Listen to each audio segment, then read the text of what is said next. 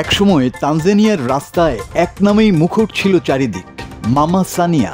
দেশের প্রথম নারী প্রেসিডেন্ট সামিয়া সুলুহু হাসান, যে নারীকে মানুষ দেখেছিল এক মায়ের রূপে। মমতা, আশা আর পরিবর্তনের প্রতীক হয়ে উঠেছিলেন তিনি। আমি তোমাদের মা, তোমাদের আগলে রাখবো, এই একটা কথায় তিনি জিতে নিয়েছিলেন জাতির হৃদয়।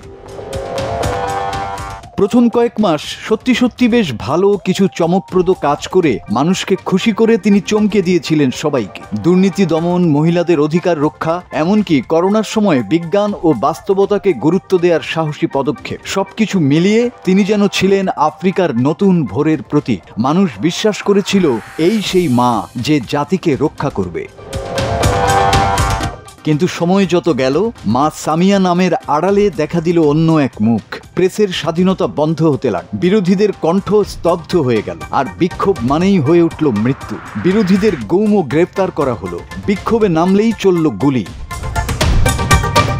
চলতি বছর নির্বাচন ঘিরে তানজানিয়া পরিণত হয়েছে রক্তাক্ত যুদ্ধক্ষেত্রে।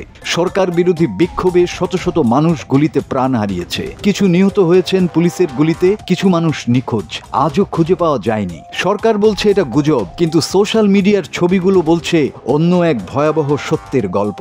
যে নারী একসময় বলেছিলেন আমি ভালোবাসায় দেশ চালাবো, তিনি এখন লোহার মুঠোয় ক্ষমতা আঁকড়ে রেখেছেন।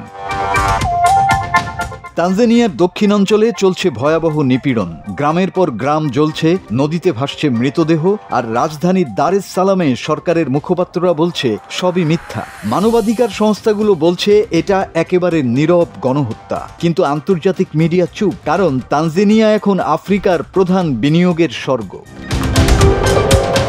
আজ মানুষ আর তাকে মা বলে ডাকে না, তারা বলে মনস্টার মামা সানিয়া। যে নারী মাতৃত্বের মুখোশ পরে পুরো জাতির উপর নেমে এসেছে এক দুঃস্বপ্নের মতো।